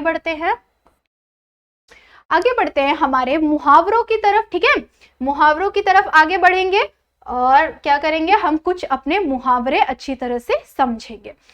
तो फर्स्ट मुहावरा आपको 2 मार्क्स के लिए आ सकता है। तो मुहावरा बिल्कुल भी स्किप मत करना, ठीक है। आपको जितना आए, आपको जो समझ में आए आप लिख लेना, ठीक है। तो चलो देखते हैं मुहावरा। कुछ इंपॉर्टेंट मुहावरे हैं जो कि ज्यादातर आ सकते हैं। ऐसे मुहावरे मैंने यहाँ पे लिए हुए हैं आप लोगों के लिए स्पेशल, ठीक है। तो देखो, अपना उल्लू सीधा करना। अपना उल्लू सीधा करना, इसका अर्थ क्या होता है, इसका अर्थ होता है अपना स्वार्थ सिद्ध करना। अपना स्वार्थ सिद्ध करना, ठीक है। इसका क्या होता है, वाक्य होता है। तो उसमें क्या करना है, आपको ये अर्थ लिखना है और अर्थ लिखने के बाद आपको क्या करना है, सेंटेंस फॉर्म करना है। आपको इस तरह से भी क्वेश्चन आ सकता है कि मुहावरों का अर्थ लिखो, ठीक है। अगर आपको बोला रहेगा कि सिर्फ अर्थ लिखने बोला रहेगा तो भी आप क्या करना, उसका एक एग्जाम्पल जरूर लिखना। अगर आप एग्जाम्पल नहीं लिखोगे तो क्या हो जाएगा कि शायद से आपका 1 मार्क्स कट हो सकता है, ठीक है। तो आप क्या करेंगे, एक एग्जाम्पल लिखना बिल्कुल भी भूलेंगे नहीं, ठीक है। चलो, दिन दुगना रात चौगना बनना, ठीक है। रात चौगना बदना क्या लिखा है, करना। दिन दुगना एंड रात चौगनी करना मीन्स कि उसका अर्थ क्या होता है, दिन प्रतिदिन अधिक उन्नति करना। दिन प्रतिदिन बहुत अधिक उन्नति करना, ठीक है। तो इसका क्या करेंगे, हम सेंटेंस फॉर्म करेंगे कि हम सर का एग्जाम्पल लेते हैं, राहुल सर का एग्जाम्पल लेते हैं कि राहुल सर ने दिन प्रतिदिन बहुत ज्यादा अधिक उन्नति की है। तो क्या करेंगे, इसमें डालना है, आपको क्या करना है, मुहावरा डालना है। एक सेकेंड में यहाँ से कलर ले लेती हूँ, ये गलती बिल्कुल मत करना। अच्छा हुआ मुझे टाइम पे याद आ गया कि आप क्या करते हैं, सेंटेंस में आप जो सेंटेंस फॉर्म करते हैं उस सेंटेंस में आप अर्थ वाला वाक्य ले लेते हैं, बट ये क्या है, बहुत ज्यादा गलत है। आपको अर्थ वाला वाक्य नहीं लेना है, आपको जो प्रश्न में दिया हुआ है दिन दुगनी एंड रात चौगनी, तो आपको क्या करना है, यहाँ वाला वर्ड यूज करना है। ठीक है, आपको वहां वाला वर्ड यूज नहीं करना, आपको यहाँ वाला वर्ड यूज करना है और सेंटेंस फॉर्म करना है। ठीक है, तो देखते हैं, राहुल सर ने राहुल सर ने दिन दुगनी रात चौगनी तरक्की की। राहुल सर ने दिन दोगुनी एंड रात चौगुनी तरक्की की। तो ऐसे ही कुछ एग्जाम्पल्स आप अपनी मन से बना सकते हैं, और सेंटेंस फॉर्म करना बिल्कुल भी मत भूलना, ठीक है, क्योंकि सेंटेंस के हाफ मार्क्स होते हैं एंड अर्थ का हाफ मार्क्स होता है। तो आपको ये 2 क्वेश्चंस आ सकते हैं, 2 मुहावरे आ सकते हैं, आप उस दोनों के अर्थ लिखना और दोनों का वाक्य में प्रयोग करना, ठीक है। मैंने आपको यहाँ पे जितने भी अर्थ दिए हुए हैं वो सारे अर्थ का क्या करना, आप पीडीएफ जो आपको प्रोवाइड किया जाएगा उस पीडीएफ में से अच्छी तरह से उसको लर्न कर लेना, ठीक है, क्योंकि ये लर्न करना जरूरी है। चलो तो अब क्या करते हैं, हम एक और देखते हैं। आंखों में धूल झोंकना, आंखों में धूल झोंकना, आंखों में धूल झोंकना का क्या हो जाएगा, धोखा देना। आंखों में धूल झोंकना का क्या हो जाएगा, धोखा देना। तो इसका क्या करेंगे, हम सेंटेंस फॉर्म करेंगे। रामू ने श्यामू के आंखों में धूल झोंक दिया, मतलब कि रामू ने श्यामू को धोखा दे दिया, ठीक है। तो हम इधर वाले वर्ड्स का यूज करेंगे सेंटेंस में, ठीक है। तो चलो एक और ले लेती हूं मैं। कान में कौड़ी डालना, कान में कौड़ी डालना मतलब क्या होता है, कान में कौड़ी डालने का सॉरी ये क्या लिखा हुआ है मुझे अच्छी तरह से दिख नहीं रहा है। तो हम क्या करते हैं कि मैं जो आपको यहाँ पे पीडीएफ प्रोवाइड करूंगी उस पीडीएफ में से आप अच्छी तरह से पढ़ लेंगे, जितने भी एग्जाम्पल्स हैं उसको अच्छी तरह से पढ़ेंगे और उसको समझेंगे एंड देन उसका सेंटेंस में आंसर लिखेंगे, ठीक है। तो चलो अब हम आगे बढ़ते हैं। आगे क्या है हमारा, इसी के साथ ओवरऑल हमारा व्याकरण खत्म हो गया, बट मैं इसको खत्म नहीं बोल सकती हूँ क्योंकि मुझे एक और टॉपिक लिखना, आपको समझाना बाकी रह गया है जो कि थोड़ा सा टफ है, उसको बहुत ज्यादा अच्छी तरह से एक्सप्लेन करना टफ है। तो क्या करती हूँ मैं कि आपको बताती हूँ कि आप उसको किस तरह से लर्न कर सकते हैं, और आपको जो पीडीएफ दिया रहेगा उस पीडीएफ में वो टॉपिक आपको अच्छी तरह से दिया रहेगा। तो ये हमारा टॉपिक क्या है, ये टॉपिक है हमारा कारक। क्या है हमारा, कारक, क्या है कारक। अब इस कारक में हमें क्या रहेगा, बहुत सारी चीजें याद करनी पड़ेगी। इसमें क्या है आपको, अब मुझे कुछ याद है, जैसे कि इसमें क्या है, बहुत सारे इसके टाइप्स है। कर्ता, कर्ता के आगे क्या आएगा, कर्ता ने कर्म को करण से, जैसे कि मैं आपको रीड करके बताती हूं अच्छी तरह से। कर्ता ने कर्म को करण से, कर्ता के आगे क्या आ जाएगा, कर्ता ने। चलो देखो मैं यहाँ पे आप लोगों को कुछ लिख के बता देती हूँ थोड़े से, और उसके बाद आप क्या करना, पीडीएफ से पढ़ सकते हैं अच्छी तरह से, ठीक है। तो देखो स्टार्ट करते हैं।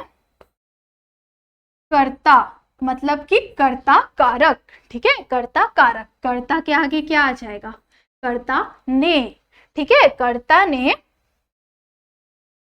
कर्म, कर्ता ने कर्म को, कर्म के आगे क्या आ जाएगा, को।